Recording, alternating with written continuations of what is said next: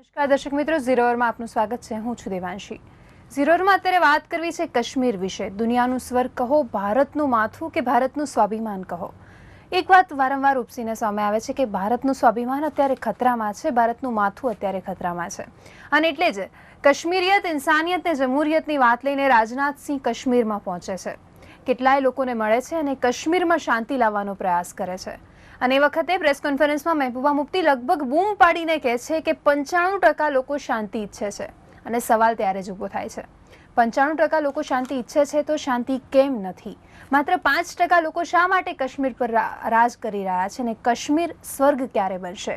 અને આ તમામ વાત વિશે ચર્ચા કરવા સ્ટુડિયોમાં ઉપસ્થિત છે અશોક પંજાબી, જે કોંગ્રેસના નેતા છે, અને મહેશ કસવાલા, જે ભાજપના નેતા છે. આપ બંનેનું સ્વાગત છે.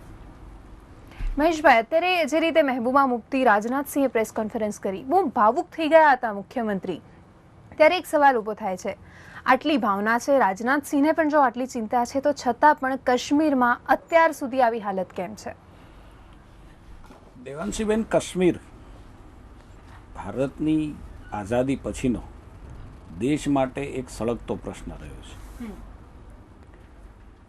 કયા કાળે એ સળગતો પ્રશ્ન રહ્યો છે, દેશની જનતા અને દુનિયાની જનતા જાણે છે.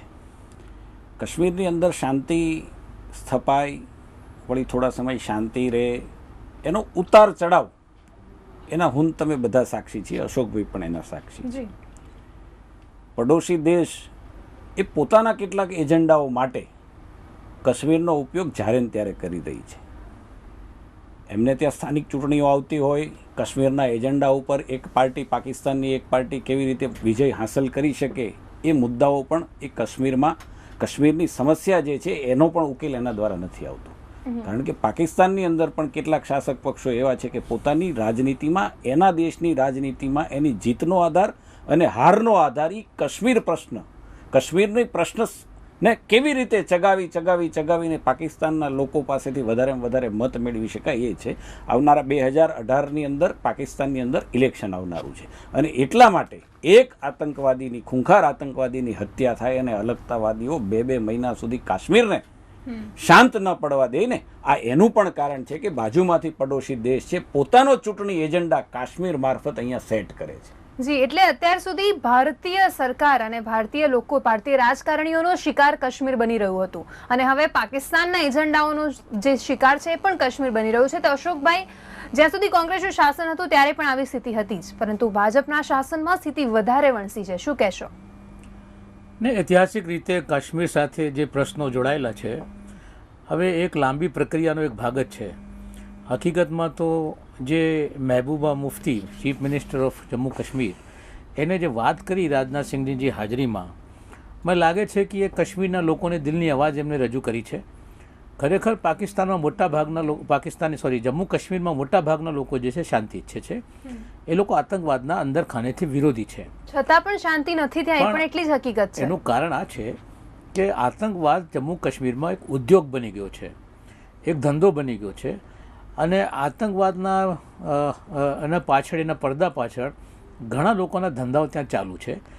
જમ્મુ કાશ્મીરના રાજકીય પક્ષો પણ એમાં સંડોવાયેલા છે, પાકિસ્તાન ઓક્યુપાઈડ કાશ્મીરના લોકો પણ એમાં સંડોવાયેલા છે, અને સૌથી મોટી વસ્તુ છે પોતે પાકિસ્તાન એક ટેરરિક સ્ટેટ, એની માંગણી બહુ પહેલાંથી જ કે યુએનઓ દ્વારા, સંયુક્ત રાષ્ટ્ર સંઘ દ્વારા પાકિસ્તાનને આતંકવાદી રાજ્ય ઘોષિત કરવું જોઈએ. કારણ કે અત્યારે યુએનઓની અંદર જે 9 સરનામાઓ દાઉદ ઇબ્રાહિમના મોકલ્યા હતા, એમાં 6 સાચા નીકળ્યા છે. એટલે દાઉદ ઇબ્રાહિમ કરાંચીમાં છે, જે સૌથી મોટો ભારતનો અપરાધી છે, જે મુંબઈ બ્લાસ્ટનો એક બહુ મોટો તોહમતદાર છે. એને તાત્કાલિક એની સામે પગલાં ભરવાની વાત લગાતાર ભારત સરકાર કરતી આવી છે. અને એટલું જ નહીં, એની સાથે સાથે કાશ્મીર આતંકવાદીઓના મારફત ગુજરાતથી, રાજસ્થાનથી અને હરિયાણા, જમ્મુ કાશ્મીર અને પંજાબ ત્યાં સ્કેમ એટલે કે ડ્રગ્સ મોકલાઈ રહ્યું છે. ભારતના યુવા ધનને પણ બરબાદ કરવામાં આવી રહ્યું છે. આતંકવાદના નેજા હેઠળ પૈસાની પણ બહુ મોટી સાઉદી અરબથી અને અરબ દેશોથી એમને મદદ મળતી હોય છે. એટલે આતંકવાદ એક બહુ મોટો એક બિઝનેસ, ધંધો, એક વ્યવસાય બની ગયો છે. તો ભાજપ અને પીડીપી અત્યારે એને અટકાવવામાં કદાચ સફળ રહ્યા છે, એવું કહેવું છે ને? હું એમ કહેવા માંગુ છું કે સુપ્રીમ કોર્ટે, નામદાર સુપ્રીમ કોર્ટે જે વાત કરી કે જમ્મુ કાશ્મીરનો પ્રશ્ન એક રાજકીય પ્રશ્ન છે, એટલે રાજકીય રીતે એનો ઉકેલ લાવવો જોઈએ. હવે આ એટલો ગૂંચવણભરો કાશ્મીરનો પ્રશ્ન છે. એકવાર અગાઉ મેં વાત કરી હતી કે પેલેસ્ટાઇન્સ એ ફિલિસ્તીન પણ છે, એ પણ ઇઝરાયલ અને અરબો વચ્ચે જે પ્રશ્ન છે એ જ એવો જટિલ પ્રશ્ન છે કે એનો ઉકેલ પણ એ રીતે જમ્મુ કાશ્મીરનો જે પ્રશ્ન છે એ પણ બંને દેશો વચ્ચે એક એવો પ્રશ્ન છે જેની અંદર એક હકીકત છે કે જમ્મુ કાશ્મીર ભારતનો અવિભાજ્ય અંગ છે. કોઈ પણ સંજોગોમાં જમ્મુ કાશ્મીર ઉપર દાવો પડતો મૂકી શકાય નહીં અને જમ્મુ કાશ્મીરને રક્ષા માટે ભારતનો એક વ્યક્તિ પોતાની આહુતિ દેવા માટે પણ તૈયાર છે. પણ સવાલ એટલું છે કે રાજકીય રીતે કઈ રીતે એને ઉકેલ લાવી શકાય. હવે પાકિસ્તાન પોતે આંતરિક એવી સમસ્યાઓમાં થઈ ગયો છે કે જેના કારણે જમ્મુ કાશ્મીરને જીવતો રાખવા માંગે છે એની સમસ્યાને. ખરેખર જોવા જઈએ તો એક તરફ આપણી જે સેના છે, આપણું જે લશ્કર છે, એક તરફ એ શહાદત ભોગવી રહ્યો છે અને બીજી તરફ કેટલીક વાર આપણા લશ્કર તરફથી પણ ભૂલો થતી હોય છે. એનો પણ કંટ્રોલ ભારત સરકાર તરફથી થાય. બીજી બાજુ ત્યાંના લોકો સાથે વાતચીત થાય અને લગભગ 2-3 દિવસ પછી 10 સિવિલિયન લોકો ત્યાં જઈ રહ્યા છે જમ્મુ કાશ્મીરમાં ત્યાંના NGO સાથે વાત કરવા માટે. એટલે મારું તો એક સ્પષ્ટ માનવું છે કે એક રાજકીય સમસ્યા છે જમ્મુ કાશ્મીર અને કોઈ એક પક્ષની સમસ્યા નથી. એટલે તમામ રાજકીય પક્ષો એક સાથે ભેગા થઈને એનો કોઈ ઉકેલ લાવે તો એ શક્ય છે કે આવતા થોડાક વર્ષોમાં એનો ઉકેલ થઈ શકે છે. જી મહેશભાઈ, એટલે આખરે પણ વિપક્ષે ક્યાંક સ્વીકાર્યું છે કે આ રાજકીય સમસ્યા છે. એક તો નહીં થઈ શકે કદાચ ભાજપ અને કોંગ્રેસ, પરંતુ એક બીજો પ્રશ્ન પણ છે. મહેબૂબા મુફ્તી એટલા ભાવુક થાય છે, કાશ્મીરના છે, કાશ્મીર એમનું ઘર છે ને એટલે જ કાશ્મીરની સમસ્યાને બહુ સારી રીતે રજૂ કરવાના છે. પરંતુ છતાં પણ પાકિસ્તાનની ગેલછાઓને કારણે જમ્મુ કાશ્મીરના પ્રશ્નને જીવંત રાખવામાં આવે છે. પાકિસ્તાન તરફથી ત્યાંના બાળકોને, ત્યાંના યુવાનોને ભેળવવામાં આવે છે. એ લોકો એટલે જ આટલા બધા હુમલા કરે છે. આ દરેક હકીકત ખબર હોવા છતાં શા માટે કંઈ નથી થતું? કંઈ નથી થતું એ વાત એટલા માટે સ્વીકારમાં ન આવે કે જે પ્રકારે કેન્દ્રમાં સરકાર ચાલે છે, રાજ્યની સરકાર પણ એટલી સંવેદનશીલ છે, ત્યાં પણ અમારી મિશ્ર સરકાર ચાલે છે. પરંતુ ક્યાંક ને ક્યાંક મેં કહ્યું એમ પાકિસ્તાન તરફથી બે વસ્તુઓ મને યાદ કરાવી. એક તો પાકિસ્તાનની અંદર 2018માં ઇલેક્શન આવે, મેં પહેલાં વાત કરી. બીજું યુએનની સાધારણ સભા એ 13 સપ્ટેમ્બર 2016ના દિવસે છે અને 13 સપ્ટેમ્બર 2016ના દિવસ સુધી કાશ્મીરને અશાંત રાખી અને પાકિસ્તાન, મને એવું લાગે છે, મારી પોતાની આ શંકા છે કે પાકિસ્તાન 2013 સપ્ટેમ્બર સુધી આ મુદ્દાને જીવતો રાખી કાશ્મીરની અંદર આતંકવાદને પ્રોત્સાહન આપી, કાશ્મીરની અંદર કાયદોને વ્યવસ્થાને તોડી અને યુએનમાં ક્યાંક એવું કહેવા માગતા હોય કે કાશ્મીરની અંદર માનવ અધિકારોનું હનન થાય છે. મને એવું લાગે છે કે આ એની પાછળનો પાકિસ્તાનનો ઉદ્દેશ હશે અને એટલા માટે ખૂબ લાંબા સમયથી સરકાર આટલા બધા સ્ટેપ લઈ રહી છે. કેન્દ્રની સરકાર, કેન્દ્રના ગૃહમંત્રી ત્યાં 2 દિવસથી છે ને બીજી વખત ત્યાં ગયા છે. ત્યારે પણ ઉકેલ નથી આવ્યો. એટલું જ સત્ય બહુ પેચીદો પ્રશ્ન છે બેન દેવાંશીબેન. કાશ્મીરનો પ્રશ્ન આપણે ઈચ્છીએ એવી રીતે કાલ સવારે ઉકલી જાય એવું શક્ય નથી. કારણ કે આ મેં કહ્યું ને, આ પ્રશ્નનો જન્મ જ એવી રીતે એવા ચોઘડિયામાં થયો છે ને, જેણે કર્યો હશે, મારે એનું નામ નથી આપવું, જેણે કર્યો હશે એવા ચોઘડિયામાં થયો છે કે એનો ઉકેલ નરેન્દ્રભાઈએ ખૂબ સારી વાત કરી છે. મને દુઃખી વાતનું છે કે અત્યાર સુધી કેન્દ્રની અંદર જે સરકારો હતી એને આના સામે કાઉન્ટર એટેક કરવા માટે કેમ ચૂકાયો આ વસ્તુ? એક ભારતીય જનતા પાર્ટીની સરકાર, કેન્દ્રમાં નરેન્દ્રભાઈની સરકાર આવી, એણે ફરી એક વખત કાશ્મીરી પંડિતોને આશ્વાસન આપ્યું કે ભારતીય જનતા પાર્ટીની સરકાર જેટલા કાશ્મીરીઓ કાશ્મીર છોડી પોતાનું વતન છોડીને બહાર ગયા છે એને વસવાટ કરવા માટે ચૂંટણી લડ્યા છે અને અમારું કમિટમેન્ટ છે. દેવાંશીબેન, અમારું કમિટમેન્ટ છે. બીજી વાત પાકિસ્તાનની અંદર પણ કેવી રીતે માનવતાનું હનન, માનવ હકોનું હનન થાય છે ને, દુનિયાની અંદર મને એમ લાગે છે કે પહેલી વખત કોઈનું ધ્યાન ગયું હોય ને તો ભારતીય પ્રધાનમંત્રીનું ગયું છે. ગિલગિટની અંદર, બલુચિસ્તાનની અંદર કેવા પ્રકારે લશ્કર, પાકિસ્તાનનું લશ્કર નાના બાળકોથી લઈને પાકિસ્તાનના નાગરિકો ઉપર, એ વિસ્તારના નાગરિકો ઉપર કેટલો જુલમ ગુજારે છે ને, એના માટેનો કોઈ અવાજ ઉઠાવ્યો હોય ને, કોઈ નરેન્દ્રભાઈ મોદીએ કર્યું છે ને, એટલા માટે બેન ભારતીય જનતા પાર્ટીની સરકારનું કાશ્મીર પ્રત્યે કેટલું કમિટમેન્ટ છે ને એના પરથી દેખાઈ રહ્યું છે. 50 દિવસથી કર્ફ્યુ છે છતાં પણ કોઈ જ સોલ્યુશન નથી આવ્યું. સોલ્યુશન ટૂંક સમયમાં આવશે. કાશ્મીરના પ્રશ્નનું સોલ્યુશન રાજકીય રીતે આવશે. કર્ફ્યુ મુક્ત કાશ્મીર બનશે એ ચોક્કસ વાત છે. પરંતુ શાંતિ સ્થપાવવા માટે કેટલીક પહેલો જે કરવાની છે એ ચાલુ છે ને મને એમ લાગે છે કે જે પ્રકારે ત્યાંના મુખ્યમંત્રીએ જે પ્રકારે આજે વાત કરી છે, લોકોની આંખમાં આંખ મિલાવીને વાત કરી છે, લોકોની સંવેદનાનો અવાજ એમણે રજૂ કર્યો છે, એ પ્રકારે મને એમ લાગે છે કે કાશ્મીરની અંદર અત્યારે શાંતિ છે પણ કર્ફ્યુ છે ક્યાંક ને ક્યાંક, છતાં પણ એ કર્ફ્યુ મુક્ત બનાવવા માટે હજી 2-5 દિવસ કે એનાથી અઠવાડિયાથી વધારે એમાં સમય લાગે એવું મને લાગતું નથી. જી અશોકભાઈ, આપણે વાત કરી કે કાશ્મીરના આટલા પ્રશ્નો છે, આટલા એનો કોઈ ઉપાય નથી આવી શક્યો, વર્ષોથી પ્રશ્ન છે, ભારતનો અવિભાજ્ય અંગ છે, દરેક વાત સાચી, પરંતુ અત્યારે ઉપાય શું હોઈ શકે?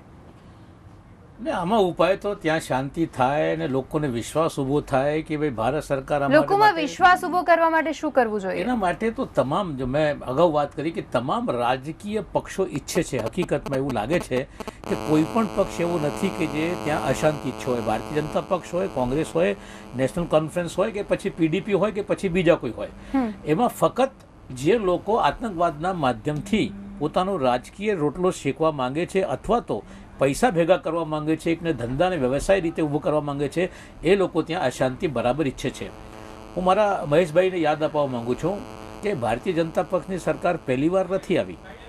એનડીએની સરકાર હતી, અટલ બિહારી વાજપેયી જ્યારે વડાપ્રધાન હતા એમના સમયમાં પણ આ પ્રયત્નો કરવામાં આવેલા કે ત્યાં શાંતિ સ્થપાય. એટલે અટલ બિહારી વાજપેયીએ ઇન્સાનિયત, જમહુરિયત અને કશ્મીરિયતને જે નારો ત્યાં બુલંદ કર્યો છે, એ નારા સાથે અત્યારે રાજનાથસિંહ કે જે કેન્દ્ર સરકાર આગળ વધવા માંગે છે, સારી વાત છે, અમે પણ ઈચ્છીએ છીએ.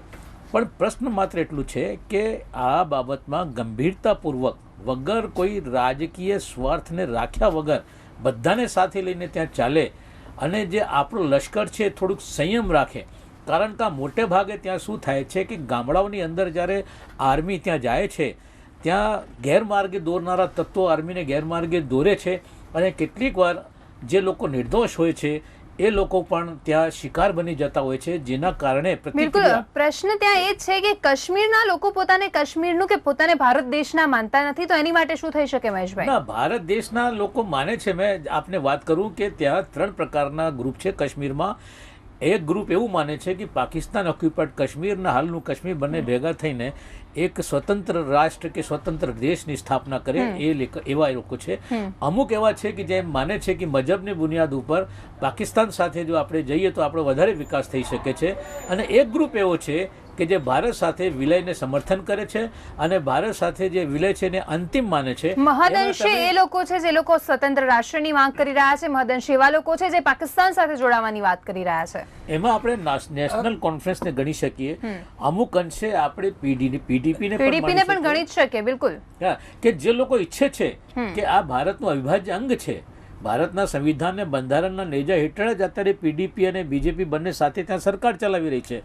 પણ મને લાગે છે કે જો આમાં મારો કહેવાનો મુદ્દો એવો છે, 3 ગ્રુપની વાત કરી, એમાં ક્યાંક તથ્ય પણ હશે, નહીં પણ હોય.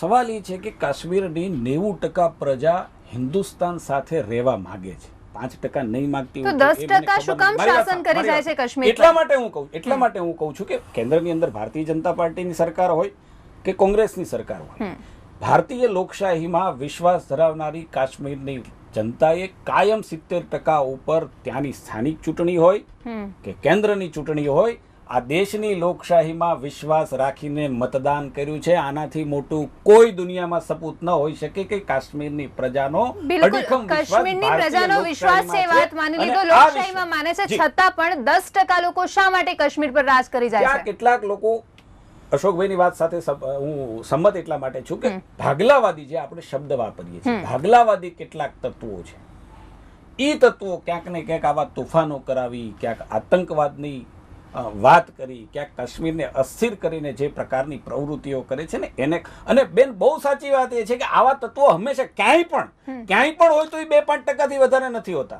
હંમેશા લોકશાહીમાં શાંતિથી જીવવા વાળી પ્રજાની જ મેજોરિટી હોય છે, અને શાંતિથી જીવવા વાળી પ્રજાને આવા 4-5% જે લોકો છે ને એ જ શાંતિથી જીવવા નથી દેતા. આ બિલકુલ સત્ય વાત છે. આપને એવું નથી લાગતું કે જમહુરિયત, ઇન્સાનિયત ને કાશ્મીરિયતની વાત લઈને ગૃહમંત્રીએ થોડા વહેલા જવું જોઈતું હતું, અથવા મહેબૂબા મુફ્તીએ 2 મહિના પહેલા વાત કરવી જોઈએ? ગૃહમંત્રી બીજી વખત ગયા છે, ગૃહમંત્રી બીજી વખત ગયા છે, જે રીતે સંવેદનશીલ રીતે જે રીતે મહેબૂબા મુફ્તીએ વાત કરી એ પહેલી વાર થયું છે. આજ સુધીના ઇતિહાસમાં દેશના ગૃહમંત્રી 2 વખત ત્યાં ગયા હોય એવો દાખલો મને આજ સુધી તમે આજ બતાવો બેન. સુધીના ઇતિહાસમાં આજ 50 સુધી દિવસ સુધી બતાવો કર્ફ્યુ બેન. પણ ક્યાં ના, ના, રહ્યો ના, છે? ભૂતકાળની અંદર પણ આવું તો કેટલું 50 દિવસ સુધી આપણે કર્ફ્યુ ઇતિહાસ નથી જોઈએ રહ્યો. તો કાશ્મીરની અંદર તો આવા કેટલાય કર્ફ્યુ રહ્યા છે. એ શાસન ગમે તેને હોય, હું અત્યારે પક્ષાપક્ષીની રાજનીતિ કે કાશ્મીરનો પ્રશ્ન હોય ત્યારે એ ઈચ્છતો પણ નથી, પરંતુ અમારી સરકાર ભારતીય જનતા પાર્ટીની સરકારનું કમિટમેન્ટ બતાવે છે. માનનીય પ્રધાનમંત્રી સર્વપક્ષી બેઠકો બોલાવે છે, ગૃહમંત્રી બે વખત ત્યાં જાય છે, ત્યાંની સ્થિતિ માટે વારાઘડીએ ત્યાંથી સૂચનો મંગાવવામાં આવે છે, કેન્દ્રની મદદ પહોંચાડવામાં આવે છે. કોઈ નાની સૂની વાત. અને કાશ્મીર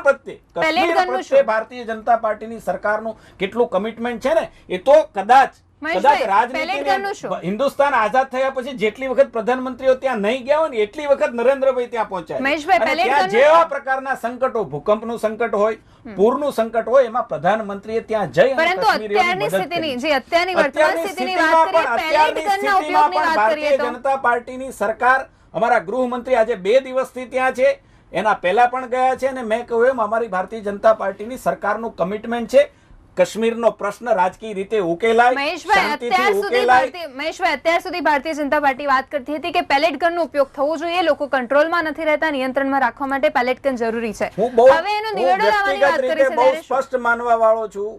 શસ્ત્રોની બાબતમાં ત્યાં શાંતિ સ્થપાય, કાયદોને વ્યવસ્થાની સ્થિતિ કંટ્રોલમાં રહે, એવા તમામ પ્રકારના શસ્ત્રોનો ઉપયોગ મિલિટરીએ કરવો જોઈએ. જી, તો ગૃહમંત્રીએ તો પેલેટ ગનનો કોઈ બીજો રસ્તો નીકાળવાની વાત કહ્યું કરી ને, છે. હું વ્યક્તિગત મારું એવું માનવું જી, છે કે વ્યક્તિગત માનવું. જી, જી. કાશ્મીરની શાંતિ સ્થપાય, કાશ્મીરની અંદર શાંતિ સ્થપાય, આતંકવાદને જડમૂળથી નાબૂદ કરી શકાય, આતંકવાદને કંટ્રોલ કરી શકાય, એવા તમામ પ્રકારના શસ્ત્રોનો ઉપયોગ લશ્કરે કરવો જોઈએ. જી, અશોકભાઈ, વિપક્ષે ક્યાંક સમજવામાં થોડી વાર કરી દીધી એવું નથી લાગતું? આજે તમે સહમત થઈ રહ્યા છો કાશ્મીરનો પ્રશ્ન મૂળ રાજકીય પ્રશ્ન છે, આવી રીતે જ ઉકેલવું જોઈએ, આ વાત વિપક્ષે પણ થોડા વહેલા કહેવાની જરૂર નહોતી લાગતી આપને? નહીં, એ વસ્તુ તો પહેલાથી જ ગુલામ નબી આઝાદ અમારા જે નેતા છે અને ભૂતપૂર્વ મુખ્યમંત્રી હતા ત્યાંના, એમણે સંસદમાં જે વાત કહી હતી કે કાશ્મીર સંસદમાં? માથું સળગી રહ્યું છે, એની આગ લોકોના હૃદય સુધી નથી પહોંચી રહી. એક્ઝેક્ટલી. એટલે જ્યાં સુધી કોંગ્રેસનો પ્રશ્ન છે તો કાશ્મીરની ઉદ્ભવથી માંડીને આજ સુધી કોંગ્રેસ એની સાક્ષી રહી છે. પરંતુ અત્યારે શાસક શા માટે? પક્ષને જ્યારે સાથ આપવાની વાત હતી ત્યારે 2-3 મહિના શું કરતી હતી ના, ના, કોંગ્રેસ? અત્યારે જે ખુલ્લેઆમ અત્યારે અમે આપી કહીએ રહ્યા છીએ, છો, અત્યારે આપી રહ્યા છો. અત્યારે નહીં, પહેલાથી જ ગુલામ નબી આઝાદ લોકસભામાં પહેલાથી આપ્યો તો લોકસભામાં આવી વાત થઈ જ ન હોત. હંગામો કરવામાં આવ્યો હતો કાશ્મીરના મુદ્દા પર. ગુલામ નબી આઝાદની તમે સ્પીચ સાંભળો, સાંભળ્યા કે પછી જ કાશ્મીરમાં કહેવામાં આવે છે આગ લાગી છે ને અશોકભાઈ. ભારતના વડાપ્રધાન ત્યાં આ બજાવે છે, આ બધી બિલકુલ. વસ્તુ કહેતા કે ભાઈ એની આગ અમારા હૃદય સુધી પહોંચી છે, સરકારે પગલાં ભરવા જોઈએ, અમારો સંપૂર્ણ ટેકો છે સરકારને. જી. ગુલામ નબી આઝાદની તમે સ્પીચ વાંચો કે જમ્મુ કાશ્મીરમાં શાંતિ પ્રસ્થાપન માટે જે કોઈ મદદની જરૂર છે કોંગ્રેસ પક્ષ સંપૂર્ણ એને મદદ આપશે, અને મદદની સાથે સાથે જે કોઈ સહકાર છે આપવા માટે તૈયાર છીએ. અને અત્યારે પણ તમે જુઓ, ગુલામ નબી આઝાદ હોય કે પછી ઓમર સાહેબ હોય કે પછી મુફ્તી, પરંતુ આપણી મહેબૂબા આક્ષેપ હોય કે લગાવવાનું પછી- બંધ નહોતું કર્યું વિપક્ષે. અત્યારે આપ બોલી રહ્યા છો, કોંગ્રેસના દરેક નેતાઓ આ વાત નથી સ્વીકારતા. ના, ના, અત્યાર આક્ષેપ સુધી શાસક પક્ષ પર હંમેશા આક્ષેપ જ કરવામાં આવે છે, આ સંસદની નથી અંદર કરી રહી. પણ આ મુદ્દે સંસદ નહીં ચાલવા દેવી એ કોંગ્રેસનું વલણ રહ્યું છે. બિલકુલ. જમ્મુ અને કાશ્મીરના મુદ્દે ક્યારેય આવું કરી જ ન શકાય. જમ્મુ અને કાશ્મીરનો મુદ્દો દેશના તમામ રાજકીય પક્ષોએ સાથે રહી અને ઉકેલવાનો મુદ્દો છે. એ વાત- ભૂતકાળની અંદર પણ જ્યારે કોંગ્રેસ શાસનમાં હતી ને ત્યારે ભારતીય જનતા પાર્ટીના વિરોધ પક્ષ તરીકે અમે પણ એમાં સહકાર આપ્યો છે, કોંગ્રેસે નથી આપ્યો. વાત તમારી ઈ કહેવાની છે અશોકભાઈ, તમે મુદ્દાઓને ફેરવો નહીં. નહીં, સવાલ તમે- ઈ છે તમે નથી ચાલવા દીધું. પ્રધાનમંત્રી આના માટે બયાન આપે, ગૃહમંત્રી ન ચાલે, બિલકુલ, અને સાચી સંસદને વાત છે. કેટલાય દિવસ જો, સુધી તમે સંસદના જો તમે ફ્લોર ઉપર ગંભીર ન હો. કાશ્મીર મુદ્દા ઉપર તમે ચર્ચા નથી કરી. કાશ્મીરના મુદ્દા છેલ્લે ઉપર- સર્વપક્ષીય બેઠકમાં નહીં, એક વસ્તુ નરેન્દ્રભાઈએ માસ્ટર સ્ટ્રોક માર્યો. કાશ્મીરના- ગિલગિટ જો માસ્ટર સ્ટ્રોક- ગિલગિટ અને ગિલગિટ એ તો અને સમય બલોચિસ્તાનનો માસ્ટર સ્ટ્રોક માર્યા એ તો સમય બતાવશે. પછી તમે અમારી સાથે તમે નહીં, નહીં. સહકારની વાત કરી. પહેલા તમે અમને સહકાર અશોકભાઈ, નહોતો અત્યારે આપ્યો. ક્યાંથી વાત આવી ગઈ કે સમય બતાવશે? હમણાં થોડી વાર પહેલા તો બોલ્યા કે સરકાર સારું કામ કરી રહી નહીં, છે. નહીં, હું એમ કહું છું, બલુચિસ્તાનની વાત એમને કરી. હવે ખરેખર બલુચિસ્તાનની બાબતની અંદર જે કીધું છે વડાપ્રધાને, અને લોકસભામાં અને રાજ્યસભામાં કોંગ્રેસ વારંવાર એ અવાજ ઉઠાવતી અરે! હતી. એક મિનિટ, હા, અશોક. 45 દિવસ થયા, એટલા દિવસ થયા, શા માટે વડાપ્રધાન આ બાબતમાં બોલતા નથી? અને આ એટલો ગંભીર મુદ્દો હતો, એની માટે વડાપ્રધાને જ ત્યાં કહેવું જોઈએ લોકસભા રાજ્યસભામાં, બહાર જઈને વાત ના કરવી તો જોઈએ. હવે તો સારું કામ પબ્લિકની વચ્ચે. કર્યું એવું કહ્યું તમે, હવે અશોકભાઈ. બલુચિસ્તાનની વાત જે કરી છે, એક સ્પષ્ટ વાત આપને કહી દઉં કે આજે પાકિસ્તાન ઓક્યુપાઈડ કાશ્મીરનું જ્યાં સુધી પ્રશ્ન છે, પીઓકો અને આપણું જમ્મુ કાશ્મીર બંને એક થાય ઈચ્છનીય છે, પીઓકે પણ ભારતને મળવું જોઈએ.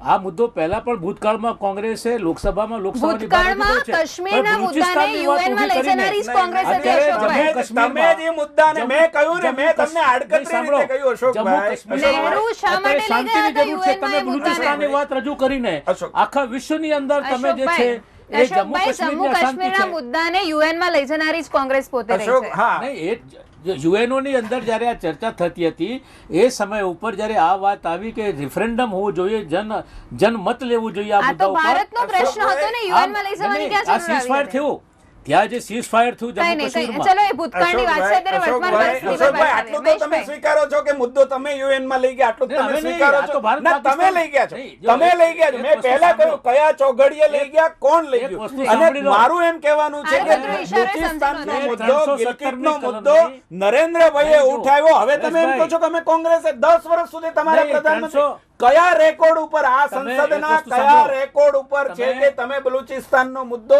કે ગિલગિટનો મુદ્દો, પીઓકેનો મુદ્દો ઉઠાવ્યો તમે ગિલગિટ- પાકિસ્તાન સામે? કયા રેકોર્ડ પર છે એ બતાવો તમે તમે. ઇતિહાસ ભૂલી જાઓ છો. નહીં, નહીં, હું ઇતિહાસ અરે નથી ભૂલતો, બિલકુલ નથી ભૂલતો. પાકિસ્તાન સામે બે અશોકભાઈ, વાર તો બિલકુલ અમે નથી લડી છે. ભૂલતો. તમે અશોકભાઈ, ક્યારેય અશોકભાઈ, કર્યું નથી. મહેશભાઈ. તમે આજ જે સુધી થયું તમે યુદ્ધ કરીને તો બતાવો. જો તમારામાં તાકાત હોય, કાશ્મીરના તમારામાં તાકાત હોય તો કાશ્મીરી યુદ્ધ બ્રાહ્મણોને બે વાર પુનઃવસન માટેનો એક શબ્દ 1965 નથી બોલ્યા. 1965 તમે ગિલગિટ કે બલુચિસ્તાન માટે એક શબ્દ નથી બોલ્યા. 1971 તમે કાશ્મીરને કાયમ પેચીદો 65 પ્રશ્ન બનાવવા 65 માટે જ્યારે તમે યુદ્ધ કાયમ થયું. તમે કોઈ રાજનીતિ પાકિસ્તાન કોણ સાથે રમતો? હકારાત્મક રાજનીતિ વાત કોણ નથી રમતો? કરી. કાશ્મીર તમે પ્રશ્ન કોઈ ના તમે કોઈ ભારત પણ જીત્યો. પ્રકાર નહીં નહીં નહીં આપણી સેના મહેશભાઈ, લાહોર હવે ભાગે તમે એ તો નરેન્દ્રભાઈ બોલ્યા એટલે તમે ચાલુ કરી મહેશભાઈ, દીધું. મહેશભાઈ, ભાજપ પણ રાજનીતિ રમવામાંથી ઓછું તમે એક ન યુદ્ધ કર્યું. તો PDP કરીને સાથે બતાવો, ગઠબંધન પાકિસ્તાન કર્યું છે, એ વાત પણ ભાજપે સામે તાકાત હોય ના તો. ભૂલવી જોઈએ. બે યુદ્ધો ભારતે કર્યા છે અને બંને યુદ્ધમાં PDP સાથે આપણે અમારું જીત્યા છે. ગઠબંધન, અમારું એટલું જ PDP નહીં. સાથે આજ ગઠબંધન PDP છે. સાથે મને યાદ છે. સ્થિર સરકાર માટે અમારું શ્રીનગરની ગઠબંધન છે. સભાઓમાં અમારું આ સૈદ્ધાંતિક નરેન્દ્રભાઈ મોદી ગઠબંધન કહેતા માત્ર હતા સ્થિર કે સરકાર બાપ માટે દીકરે છે. બંને કાશ્મીરને પોતાના લૂંટી સિદ્ધાંતો અમારા સાથે લીધું બાંધછોડ છે. કરીને. સરકાર અમે બનાવો સ્થિર એમની સરકાર સાથે માટે તમે અમારું બેસી PDP ગયા. સાથે ગઠબંધન છે ને અમારી અત્યારે સરકાર મહેબૂબા મુફ્તી અમારી- સાહેબ તમને અમારી ભાગીદારીની સરકાર આજે કાશ્મીરની અંદર જે પ્રકારે કામ પ્રજાલક્ષી કરી રહી છે ભાગીદારીની ને, વાત તમે બધા જ અત્યારે બધા કરો જ છો. 50 દિવસ પ્રકારના સુધી એ કામ શાંતિ- ક્યાં હતું? હે, અત્યારે પ્રશ્ન એ નરેન્દ્રભાઈ- છે. નરેન્દ્રભાઈ અને સભામાં હજી પણ openly ક્યાં થઈ રહ્યું કહેતા હતા છે? વર્તમાન કે પરિસ્થિતિની આ વાત આ કરીએ બાપ આપણે. દીકરા બે દીકરી તમે ભેગા તમે થઈને રાજીવ લૂંટી ગાંધીના લીધું છે. હત્યારા સાથે શેના માટે સરકાર બનાવી હતી? ત્યારે કયો મુદ્દો હતો? નહીં, એટલે મુદ્દાનો વાત એ પ્રશ્ન છે એ કે છે. નહીં, તમે મહેશભાઈ, બીજી વાત ના કરો. અમારું મહેશભાઈ. એડમિનિસ્ટ્રેટિવ એની સાથે ગઠબંધન છે ને જે મને કહેવામાં જરાય વાંધો નથી. બસ અમારું વાત એ છે. એડમિનિસ્ટ્રેટિવ ગઠબંધન છે કે હા. અમારી ભાગીદારીની સરકાર તમે ચાલે જોડે છે વાત આવે અને છે. દેશની જનતા ઈચ્છે, કાશ્મીરની જનતા ઈચ્છે એ પ્રકારે ત્યાં શાસન થાય છે. તમે વિરોધ આતંકવાદની કરતા સામે હતા, અમારી તમે સરકાર કઈ ત્યાં વિરોધ જજુમે કરતા છે હતા? અને એને કંટ્રોલ લેવા માટેના તમામ કામ અમારી સરકાર કરે છે. આતંકવાદની સામે કેન્દ્રમાંથી સરકાર જેટલી જોઈએ જજુમી એટલી માત્ર સરકાર રહી અમારી છે. સરકાર ત્યાંની આજે મદદ કરે છે. મહેશભાઈ, 80 લોકો મરી ગયા છે આતંકવાદની ત્યાં. સામે સરકાર જજુમી રહી છે. તમારી પરિણામ સરકાર નથી તમારી મળ્યું. સરકારનો આંકડો આપો.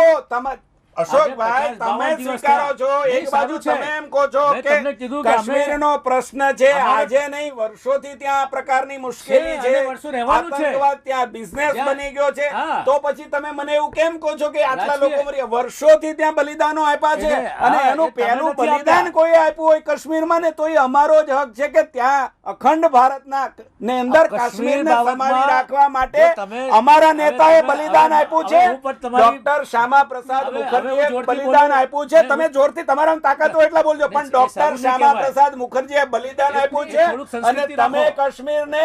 કાશ્મીરને UN માં લઈ ગયા છો. તમે જાણતા હશો અમારામાં અને કાશ્મીર તમારામાં આ અશોકભાઈ, ભેદ ખબર છે. નથી. અશોકભાઈ તમે અને કાશ્મીરને મહેશભાઈ, અલગ રાખવા અશોક માટે મહેશભાઈ, ત્યાં તમે- યુનોમાં લઈ ગયા. મહેશભાઈ, અમારા નેતા બલિદાન આપે. મહેશભાઈ. અમારા ને તમારા માટે, અરે, અમારા ને તમારા તમારા નેતા કોઈ વિચારો બલિદાન માટે, નથી આપ્યું. શ્યામા પ્રસાદ અમારી મુખર્જી શું તમારી બલિદાન કાર્ય આપ્યું હતું? પદ્ધતિ માટે આ ભેદ છે. તમે જી, ઇતિહાસને બિલકુલ. ખોટી રીતે અત્યારે આપણે ટાંકી રહ્યા છો. ઇતિહાસની વાત, ઇતિહાસ જે ભૂતકાળ જે થયો નહીં, હતો એ તમે કદાચ ઇતિહાસને ખેલાઈ ખોટી ગયો રીતે છે, ટાંકી પરંતુ રહ્યા છો. અત્યારની વાત કરીએ, એક વાત આજે હું ચોખ્ખી દાવા સાબિત થઈ સાથે રહી કહી છે. શકીશ, જો કોંગ્રેસ ન હોત તો આજનો અશોકભાઈ, કાશ્મીર આપણી સમાજની સાથે ન મર્યાદા- જોડાયો સમયની હોત. મર્યાદા છે અશોકભાઈ. અત્યારે આ કોઈ પણ વાત હોય, એક વાત સ્પષ્ટ છે કે જ્યારે પણ પોતાની સત્તા રચવાની વાત આવે છે ત્યારે કોઈ પણ પક્ષો પોતાની બાજી પલટી દે છે. દરેક વખતે કાશ્મીરનો મુદ્દો માત્ર ને માત્ર સત્તા માટે બનાવવામાં આવ્યો છે. અશોકભાઈ ને મહેશભાઈ, ધન્યવાદ અમારી સાથે જોડાવા બદલ. તો ઝીરોરમાં અત્યારે બસ આટલું જ. ફરી મળીશું. નમસ્કાર.